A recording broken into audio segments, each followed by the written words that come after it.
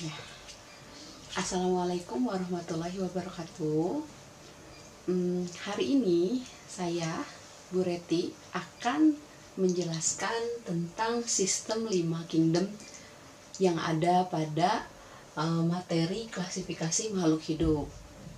Nah, di pertemuan sebelumnya kita sudah membahas tentang apa itu manfaat klasifikasi, tujuannya juga untuk apa, lalu pengertian klasifikasi itu apa, dan minggu lalu kita telah belajar tentang binomial nomenklatur beserta jenis-jenis klasifikasi makhluk hidup. Nah, khusus untuk hari ini kita akan belajar tentang sistem 5 kingdom ini.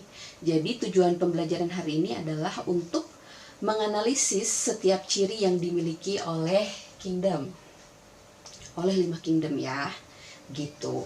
Sebelum masuk ke ciri, kita akan belajar dulu kenapa sih harus dikelompokkan ke dalam 5 kingdom. Nah, seperti itu. Kenapa juga harus diklasifikasikan, harus dikelompokkan. Nah, seperti itu. Jawabannya adalah di bumi kita ini itu terdapat banyak sekali makhluk hidup yang beraneka ragam. Supaya memudahkan kita untuk memanfaatkannya, itu yang terutama, maka peneliti zaman dahulu itu mengelompokkan menjadi ke dalam 5 kelompok, atau kita sebut ke dalam 5 kingdom atau 5 kerajaan. Nah, ada apa aja itu? Ada kingdom Monera, ada Protista, ada Fungi atau dalam bahasa Indonesia jamur, kemudian ada Plante yaitu tumbuhan, dan terakhir itu ada Animalia. Seperti itu. Nah, dari 5 kelompok ini, sebelum masuk ke dalam ciri-cirinya, alangkah lebih baiknya saya akan memperkenalkan dulu gambar-gambar dari setiap kingdom ini tuh seperti apa. Mungkin dari kalian ada yang sudah tahu, ada yang sudah pegang, bahkan ada yang punya di rumah gitu ya. Nah, yang pertama dari kingdom Monera dulu. Yang pertama itu ada bakteri. Kelompoknya cuman ada 2, yaitu bakteri dan alga hijau biru, atau bisa dibilang alga biru. Seperti itu. Ini yang kelompok paling primitif, paling sederhana. Dan juga kenapa harus dimulai dari kingdom Monera? Karena memang dari struktur tubuh kelompok ini memiliki struktur paling yang sederhana atau paling primitif. Jadi semakin ke sana, semakin maju ke Protista, ke Fungi, ke Plante, dan ke Animalia, itu ciri yang dimilikinya itu semakin maju atau semakin kompleks. Seperti itu. Jadi runutannya itu dimulai dari Monera dulu, Protista, Fungi, kemudian Plante, terakhir ke Animalia. Nah, lanjut lagi, contoh lainnya untuk kingdom Protista ada apa ya? Nah, ini ada 3 kelompok ini. Jadi di kingdom Protista itu cuma ada 3 kelompok, yaitu Protista mirip hewan, Protista mirip tumbuhan, dan terakhir Protista mirip jamur. Untuk Protista mirip hewan itu saya ambil contohnya amuba. Nah, ini ada amuba di sini satunya, kemudian ada paramecium. Biasanya itu hewan-hewan air ya, yang tidak bisa dilihat secara kasat mata. Nah, kemudian kelompok kedua ada kelompok Protista mirip tumbuhan. Ini biasanya alga yang biasa kita lihat di laut ya. Kita bisa lihat di sana ada alga hijau, ada alga coklat, ada alga keemasan, dan juga ada alga merah.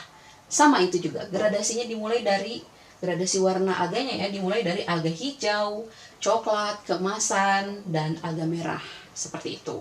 Kemudian yang terakhir ada Protista mirip jamur atau Fungi, itu cuman ada jamur lendir dan jamur air. Nah, kedua kelompok ini masuknya ke sini jamurnya, ke Protista mirip jamur. Kemudian maju lagi nih ke kelompok kingdom nomor 3, yaitu kelompok Fungi atau dalam bahasa Indonesianya itu jamur. Nah, di sini jamur tuh berdiri sendiri. Di sini akan terlihat mana jamur, mana tumbuhan. Jadi mereka tidak satu kekeluargaan ya. Jadi beda, jamur bukan sayur. Nanti kita lihat cirinya apa yang membedakan jamur sama tumbuhan itu berbeda. Nah, biasanya yang kita familiar ya, jamur itu biasanya kita makan. Ada jamur kuping, ada jamur tiram, kemudian ada enoki ya yang biasa kita makan di ramen itu. Kemudian jamur yang parasit ada panu, ada ketombe. Nah, ketombe sama panu itu ternyata jamur ya. Seperti itu. Ini gambar-gambarnya ada. Nih jamur-jamurnya. Bahkan nih ada yang di kaki itu kayak kurap kudis kayak gitu, itu juga masuknya ke pangai ya, ke jamur. Nah, lanjut ke plante. Nah, plante ini sangat familiar sekali dengan kita karena plante ini adalah kelompok tumbuh-tumbuhan. Nah, kalau tumbuh-tumbuhan kita udah tahu lah ya, ada pohon, ada tanaman, semuanya ada kayak mangga, alpukat, buah-buahan, sayur-sayuran itu masuknya ke plante. Gitu. Terakhir itu ada kelompok animalia atau hewan. Nah, ini hewan yang paling kelompok yang paling banyak sekali jumlah anggotanya. Makanya dibagi dua, ada yang bertulang belakang sama yang tidak bertulang belakang. Mulai dari yang paling yang paling primitif di animalia itu ada terumbu karang. Jadi kalau terumbu karang itu masuknya bukan kayak batu, makhluk tak hidup ya, ternyata itu makhluk hidup, masuknya ke animalia. Ada masuknya kelompok ke invertebrata atau maksudnya animalia tidak bertulang belakang. Juga yang paling sempurna di sini ya, ada vertebrata, yaitu kita manusia. Nah, jadi kita masuknya ke kingdom animalia. Jadi bayangkan dari bakteri yang paling primitif sampai ke animalia, itulah kalau ditarik garis lurus gitu ya, dari yang primitif memiliki ciri tubuh primitif sampai ke yang paling kompleks, dari bakteri sampai kita manusia, seperti itu. Nah, sekarang kita mulai. Cirinya apa aja sih yang ada di kelompok Monera, Kingdom Monera sampai ke Animalia? Pertama, ini biasanya suka ada di soal-soal masuk perguruan tinggi ya, seperti UTBK, seperti itu. Cara cepatnya tuh gimana sih memahami perbedaan dari setiap kingdom? Itu kita lihat dari cirinya. Pertama, dari selnya nih. Kalau Monera itu tubuhnya tersusun dari hanya satu sel saja, atau uniseluler. Jadi uni itu satu sel aja, uniseluler. Nah, maju ke protista. Protista itu sudah punya selnya, tubuhnya disusun ada yang dari uniseluler sama multiseluler. Kita lihat ke contoh ya, yang tadi saya perlihatkan contoh-contohnya. Kenapa Monera uniseluler? Karena contohnya bakteri sama alga biru. Yang kita lihat bakteri itu cuma satu sel aja hidupnya. Dari satu sel itu bisa mendukung reproduksi, pencernaan, pernapasan, segala macam. Dari satu sel dia bisa sintas gitu ya hidupnya. Nah, beda sama yang protista, itu sudah maju. Ada yang uniseluler, ada yang multiseluler. Mana yang uniseluler? Yang uniselulernya yang tadi protista mirip hewan, contohnya amuba.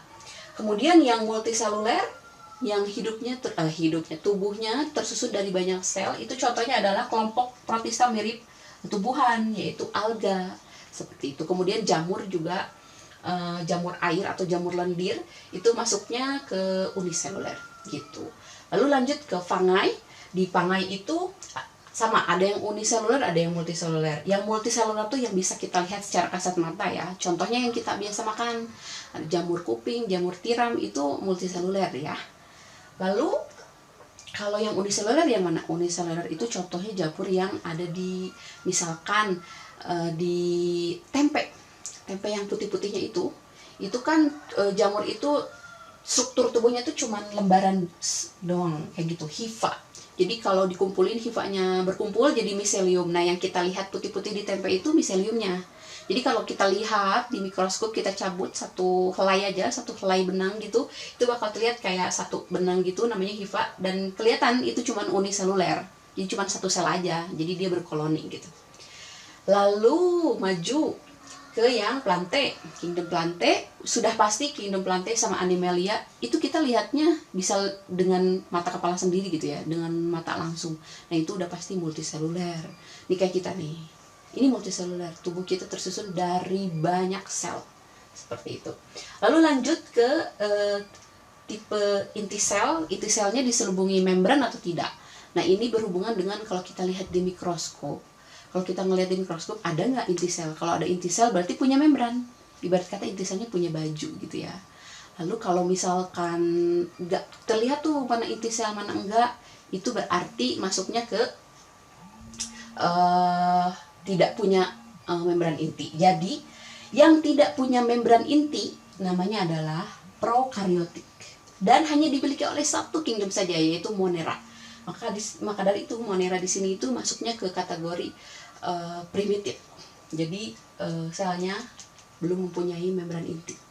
Lalu dari protista sampai ke animalia itu sudah maju, sudah eukariotik nih. Dia artinya kalau lihat di mikroskop udah ketahuan mana inti selnya, jadi nggak akan ketukar sama ribosom lah, contohnya seperti itu. Kemudian ciri yang ketiga yang paling menonjol ini ada tidaknya klorofil. Nah, klorofil ini akan berhubungan dengan cara makhluk tersebut untuk mencari nutrisi. Jadi kalau punya klorofil artinya bisa berfotosintesis, artinya bisa membuat makanannya sendiri. Jadi dikategorikan ke dalam makhluk hidup yang autotrop, artinya bisa membuat makanan sendiri. Seperti itu. Jadi kalau di Monera itu sebagian anggotanya itu punya klorofil, yaitu di kelompok alga biru. Alga biru ya. Itu bisa berfotosintesis, artinya karena sebagian berklorofil yaitu menyebabkan sebagian kelompok ini bisa autotrop, bisa membuat makanan sendiri, sebagiannya lagi adalah heterotrop, jadi tidak bisa membuat makanan sendiri, yaitu di bakteri ya. Itu. Kemudian yang protista itu ada sebagian juga yang berklorofil, dimiliki oleh siapa? Dimiliki oleh alga. Alga itu punya klorofil ya, jadi bisa berfotosintesis itu. Kemudian sebagiannya lagi heterotrop. Yang mana heterotropnya? Yaitu amuba dan protista mirip jamur. Heterotropnya dengan cara apa aja? Banyak. Ada yang dengan parasit. Jadi dia harus nempel di tubuh inang lain untuk mendapatkan nutrisi. Jadi merugikan inangnya. Kemudian ada yang sapropit. Sapropit itu adalah mengambil nutrisi dari bahan-bahan organik atau dari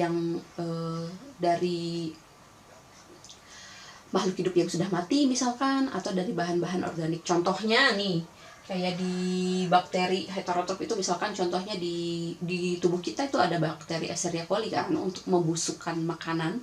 Jadi itu sapropit. Seperti itu.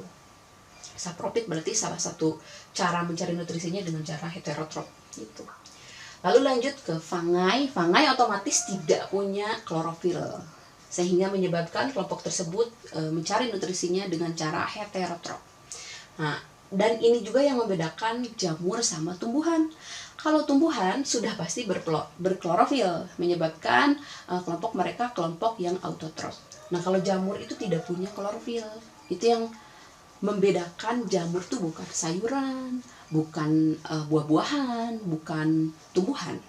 Karena kalau tumbuhan juga kembali lagi ke awal, tumbuhan itu struktur tubuhnya itu cuma ada 3. Ada akar, ada batang, ada daun. Kalau jamur gak punya daun.